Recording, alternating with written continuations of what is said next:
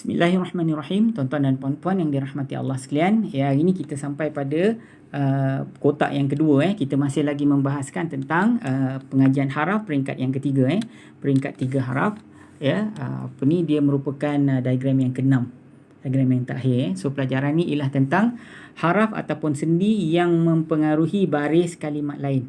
Haraf yang boleh mempengaruhi baris kalimat lain. Apa kalimat lain tu? Ada 3 kalimat je dalam Al-Quran kan, yang boleh mempengaruhi kalimat isim dan kalimat fi'il mudhari' yang kita jumpa selepas kalimat haraf tersebut.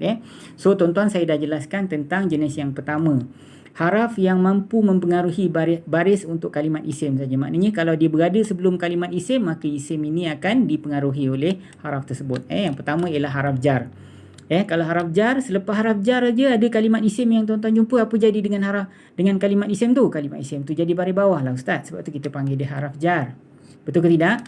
Tugasnya apa? Memajrurkan isim selepasnya. Maksudnya apa tuan-tuan?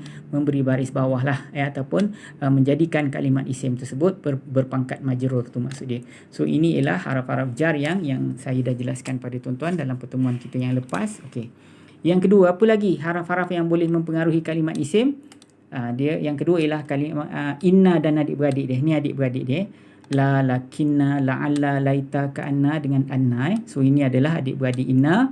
Kerja dia apa? Kerja dia menasabkan kalimat isim dan menasabkan subjek. Dia memberi baris atas ataupun memberi pangkat mansub kepada subjek dan memberi pangkat marfu' kepada khabar dia. Innallaha alimun.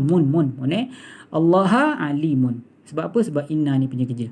Dia memberi pangkat, dia memberi baris atas kepada subjek dan memberi baris depan kepada khabar dia. So ni semua adik-beradik dia. Semua buat benda yang sama dengan inna. Baik, yang ketiga ialah haraf seru. Haraf seru yang saya kenalkan pada tuan-tuan kat sini. Ayah, haya, ai dengan ya. Okay, seterusnya ialah illa. Ini haraf pengecualian.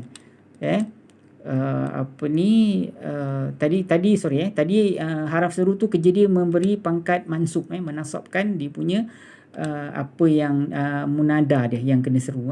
Haraf seru ni memberi pangkat mansub kepada apa yang diseru. Ya Ahmada, ya Aliya, tu dia kerja dia.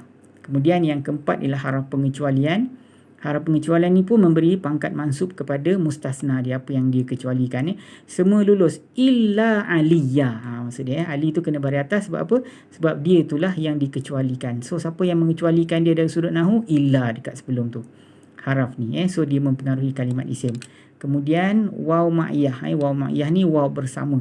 Ali tidur, radio, radio tu kena baris atas. Okey tuan-tuan boleh buka pertemuan video kita sebelum ni kalau lupa. So hari ni perbahasan kita tuan-tuan, yang mana kita jelaskan tentang haraf-haraf yang boleh mempengaruhi kalimat fi'il mudhari'. So yang pertama ialah haraf nasab. Kita sebut geng kereta, ingat tak? An, lan, idzan, kai, la, fa dengan hatta. Ni semua adalah haraf-haraf nasab. Okay, yang kedua apa? Haraf-haraf jazam lah. Dia mempengaruhi kalimat fi'il mudhari' juga. Kalau dia jumpa isim lepas dia jadi apa ustaz? Tak jadi apa-apa. Dia hanya bekerja kepada fi'il mudhari' saja tuan-tuan. So ini ialah haraf-haraf jazam. Haraf jazam ni ada 2 jenis. Satu bos, satu lagi kuncu-kuncu dia. Okey, yang ni bos dia lah tuan-tuan. Bos dia in dengan lau. Maknanya jika ataupun kalau. Ini maksudnya ialah kalimat-kalimat haraf yang berbentuk syarat. Dia mesti kena ada nescaya dia. Tadi saya dah jelaskan pada video kita yang pertama. Kemudian ni contoh dia bagilah, in takul tashba'. In jika takul engkau makan, tashba'. Tashba' maknanya engkau kenyang. So ni fi'il mudhari' yang jadi majzum. Ni pun fi'il mudhari' yang jadi majzum. Asalnya fi'il mudhari' tu marfu' kan. Sebab dia ni adalah yang menjadi syarat, dia ni yang menjadi jawab. So dua-dua telah dijazamkan oleh in ini. Okay, ini bos dia tahu. Okay, ini kuncu-kuncu dia pula. Apa maksud kuncu-kuncu? Dia hanya boleh menjazamkan satu saja fi'il mudhari'. Lam, lamma, la jangan. La jangan. Bukan la tidak. La jangan dengan la atau li hendaklah. Ini kita panggil lamul amar. Dia panggil lam menyuruh. Tuan-tuan. Baik tuan-tuan, seperti mana yang saya sebut tadi tuan-tuan. Kita tengok ayat yang telah saya sediakan untuk tuan-tuan. Sebentar Okey, tuan-tuan tengok ayat ni. Kita ambil daripada ni wa aqimus solah. Tadi saya dah jelaskan pada tuan-tuan, dah baca pun pada tuan-tuan dalam video kita yang pertama tadi. Kita ambil satu-satu, kita keluarkan haraf saja kita bahaskan Okey, wa aqimus solata wa atuz zakata. Maknanya dan aqimus solah, dirikanlah oleh kamu as-solata akan solat, wa atuz zakata, wa dan atu, tunaikanlah oleh kamu az-zakata akan zakat. Okey, kita tengok haraf dekat dalam ni tuan-tuan Yang pertama wa wa. Ni haraf apa tuan-tuan? Ni haraf apa? Yang ni lah haraf ataf. Betul ke tidak? So kalau tuan-tuan tak suka, tuan-tuan tak tak setuju dengan saya, ustaz, saya rasa ni haraf permulaan cerita lah. Tuan-tuan tengok ayat sebelum tu macam mana So yang ni sama ada haraf permulaan cerita ataupun haraf ataf Okey, haraf ataf, haraf permulaan cerita dia tidak mempengaruhi kalimat isim dan fi'il dia tidak mempengaruhi tapi kalau haraf penyambung cerita, yes, dia mempengaruhi, tapi kat sini dia tak bekerja Okey, kenapa dia tak bekerja? Nanti kalau jumpa yang bekerja baru saya jelaskan dia tak bekerja. Dia boleh menyamakan fi'il, dia boleh menyamakan isim yang yang sebelum dan selepas yang sama kategori Begitu juga dia boleh menyamakan fi'il yang sebelum dan selepas yang sama kategori, fi'il mudhari' lah Yang kedua ialah wa. Wa ni pun sama tuan-tuan, dia ialah haraf ataf haraf ataf. So haraf ataf kat sini dia sebenarnya bekerja, dia bekerja tapi dekat sini dia tak bekerja lah. Wa atuz zakat Ini dia hanya bekerja kalau dijumpa fi'il mudhari' je. Okey, kemudian wa ma tuqaddimu li anfusikum. Wa ni pun sama juga, dia waw ataf, dia pun tak bekerja Dia hanya bekerja kalau dijumpa fi'il mudhari' saja. Ma apa yang ni tak ada, ini bukan haraf So yang berikutnya li anfusikum. Li ialah haraf, dia ialah haraf jar So dia mempengaruhi kalimat isim yang selepas dia. So haraf jar ni kerja dia membari bawahkan kalimat isim selepas dia kan. Sebab itulah anfusi ni dia jadi baris bawah. Cuba kita tengok lagi haraf lain. Min ni pun sama tuan-tuan, dia merupakan haraf jar. Dia ialah haraf yang bekerja. Dia haraf jar kan.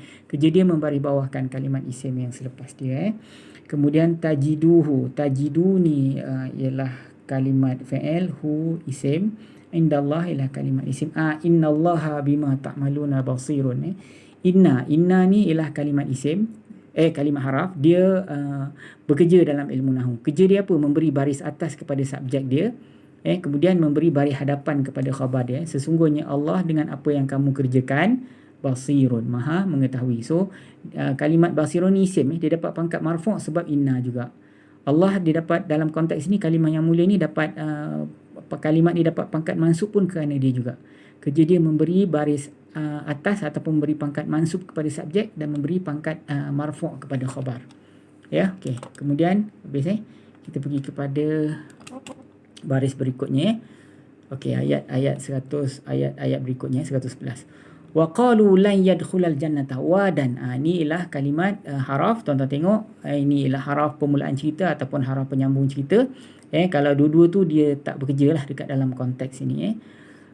Wa ni kalau fi'il dia hanya bekerja pada fi'il mudhari' lah. Yang ni fi'il ni fi'il madhi kan, so dia tak bekerja lah.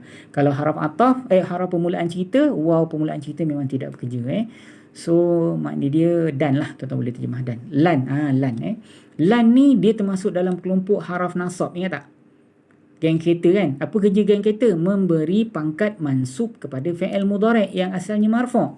So tuan-tuan, dalam konteks ini yadkhula kan, yadkhula. Asal yadkhula ni ialah yadkhulu. Dia asal fi'il mudhari', dia berpangkat marfu'. Dia masuk, ni fi'il mudhari' kan. Jadi siapa yang menjadi penyebab asalnya yadkhulu jadi yadkhula? Lan ini. Lan ni ialah haraf nasab. Ini yang kita belajar ini tadi. Betul ke tidak? Ni yang kita belajar. Dia termasuk dalam kotak yang kedua, iaitu dia mempengaruhi baris kalimat fi'il. Okay, tuan-tuan Okey. Yadkhulal jannata illa. Illa ni haraf yang lain. So haraf ni tuan-tuan, dia ialah haraf istithna ataupun haraf pengecualian. Nampak? Dia haraf pengecualian. Bekerja tak? Yes, dia bekerja. Tapi dia dalam kotak yang pertama, iaitu dia bekerja, bos dia ialah kalimat isim. Bos dia kalimat isim. Ni bos dia lah ni, man ni. Tapi masalahnya man ni, dia ni ialah isim yang ada gelaran dan fungsi. Jadi illa ni tak boleh lah bagi pangkat mansub dekat. Dia bagi pangkat mansub tapi dia tak boleh. Pangkat mansub dia tak boleh lah dia bagi baris atas sebab man ni dia mabni. Nampak? Takkan tuan-tuan kata illa mana pula illa man. Sebab ni ialah kalimat yang mabni. Okey, dia kalimat haraf pengecualian dia bagi pangkat mansub kepada kalimat yang dia kecualikan tu Kana ni kalimat fa'il hudan au nasara. So hudan di baris atas au nasara. Au nasara ni atau kan. Dia pun kita panggil dia ialah haraf ataf. Au ni ialah haraf ataf di dalam kotak yang pertama kalau tuan-tuan tengok. Dalam kotak yang pertama dia mempengaruhi kalimat isim dan fa'il mudhari'. So ni tuan-tuan jumpa isim kan. Jadi isim kana hudan au nasara. Telah adalah dia Yahudi ataupun Nasara. Jadi Yahudi dan Nasara ni dia sama kategori. Dia dituduh ataupun dia disangka. Okey, tuan-tuan boleh tengok makna ayat ni. Jadi hudan ni dia berpangkat mansub sebab dia khabar kepada kana. Subjek kana ada dekat dalam kana ni sendiri. Ni khabar dia. Jadi khabar kana memang mansub. Jadi au Nasara. Nasara ni pun mansub juga disebabkan au ni. Au ni telah menyamakan dia dengan pangkat si hudan ini. Tuan-tuan cuma macam ni cara nak bagi mansub kepada kalimat yang hujung dia ada haraf illah. Saya dah jelaskan, tak payah ubah apa-apa. Hudan lah. Tuan-tuan pernah jumpa hudin, tak pernah kan? Hudan lah sampai bila-bila pun hudan tak boleh berubah. Macam Musa dia marfu' ke, dia mansub ke, dia majrur, dia tetap hudan. Begitu juga dengan Nasara. Mana tuan-tuan pernah jumpa perkataan Nasaru ke Nasori mana dia Nasara di Nasara. Au Nasara Jadi ini dua-dua kalimat ni dua-duanya ada haraf illah di hujung. Maka kalau isim yang ada haraf illah di hujung, dia marfu' ke, dia mansub ke, dia majrur, rupa bunyi dia tetap sama. Hudan bila-bila pun hudan, Nasara bila-bila pun Nasara juga. Tapi dia ni berpangkat mansub disebabkan oleh au. Au telah menyamakan pangkat dia dengan pangkat kalimat yang sama kategori dengan dia sebelum tu Okey. Tilka amaniyuhum, ini semua adalah kalimat isim. Qul hatu burhanakum. Qul, katakan oleh engkau, hatu, bawakan oleh kamu, burhanakum, bukti kamu in kuntum, in jika, in kuntum sadiqin. In maknanya jika jika. Ini adalah kalimat haraf ini termasuk dalam kelompok haraf jazam. Itu pun kalau dia jumpa fi'il madhi fi'il mudhari' tuan-tuan kuntum ni fi'il madhi dia tak bekerja. In ini dia bekerja kalau dia jumpa fi'il mudhari' saja Ini kuntum ini fi'il madhi, so dia tak bekerja. Ini ialah haraf syarat. Sadiqina, orang-orang yang benar tuan-tuan So ni ialah kalimat isim. So kita tinggalkan perbahasan dia. So tuan-tuan, soalan kuis kita hari ni apa tuan-tuan? Soalan kuis kita hari ni, saya nak tuan-tuan bagi tahu dengan saya Tuan-tuan bagi tahu dengan saya nak dua saja. Yang pertama saya nak tuan-tuan tolong bagi tahu dengan saya nak dua saja haraf dua haraf jazam. Saya nak tuan-tuan bagi tahu satu bos, satu lagi kuncu satu kalimat dua haraf jazam dua haraf baris mati, tapi saya nak seorang bos, seorang kuncu dia tuan-tuan kalau dengar saya punya pengajian daripada awal, tuan-tuan mesti boleh jawab. Saya nak satu bos, satu kuncu haraf jazam. So hantarkan ke 0108173131. InsyaAllah kita jumpa dalam lain pertemuan. Terima kasih. Assalamualaikum warahmatullahi wabarakatuh.